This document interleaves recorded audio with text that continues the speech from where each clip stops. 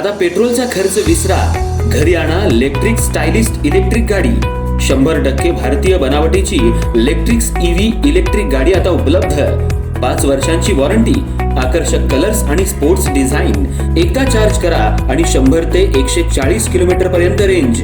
अत्याधुनिक सर्व्हिस सुविधा, लोन सुविधा सुद्धा उपलब्ध। आजच भेट द्या साई मोटर्स, किसान चौक, इचलकरंजी। संपर्क 93 73 27 57 52 किंवा 0230 299 77 66। नो पेट्रोल नो टेन्शन, इलेक्ट्रिकचा स्मार्ट पर्याय।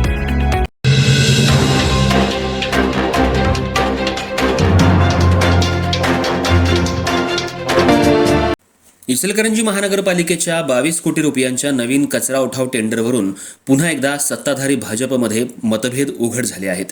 या टेंडरला हळवणकर गटातल्या काही नगरसेवकांनी विरोध दर्शवला असून या विषयावर आज बोलावण्यात आलेली विशेष सभा वादळी ठरण्याची चिन्ह आहेत। विशेष म्हणजे सभेपूर्वी भाजपच्या हळवणकर गटानं स्वतंत्र बैठक घेतल्यानं शहराच्या राजकारणात पुन्हा आवाडे हळवणकर गट आमने सामने आल्याचं चित्र दिसून आलं। इचलकरंजी महानगरपालिकेच्या 22 कोटी रुपयांच्या नवीन कचरा उठाव टेंडरला मंजुरी देण्यासाठी आज विशेष सभा बोलावण्यात आली आहे। या पार्श्वभूमीवर शहरातील राजकीय वातावरण चांगलंच तापलं असून सत्ताधारी भाजपमधील अंतर्गत गटबाजी पुन्हा एकदा उघडपणे समोर आली आहे। या टेंडरला माजी आमदार सुरेश हळवणकर गटातल्या काही नगरसेवकांनी सुरुवातीपासूनच विरोध दर्शवलाय। कचरा उठावाच्या टेंडर प्रक्रियेत पारदर्शकता असावी, तसंच शहराच्या हिताचा निर्णय व्हावा अशी भूमिका या गटानं घेतली आहे। त्यामुळे आजच्या विशेष सभेकडे सर्वांचं लक्ष लागलंय।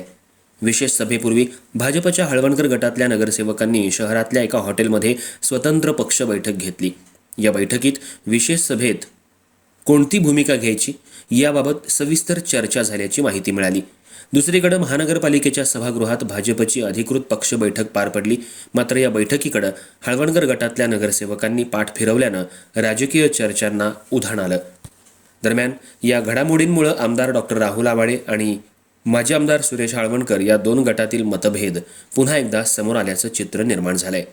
कचरा उठावाच्या 22 कोटी रुपयांच्या टेंडरवरून दोन्ही गटांमध्ये राजकीय संघर्ष तीव्र होण्याची शक्यता व्यक्त करण्यात येते। आज होणाऱ्या विशेष सभेत या विषयावर जोरदार चर्चा, आरोप प्रत्यारोप आणि गदारोळ होण्याची शक्यता वर्तवण्यात येत असून टेंडरला मंजुरी मिळणार की पुन्हा स्थगिती मिळणार याकडे संपूर्ण शहराचं लक्ष लागलंय।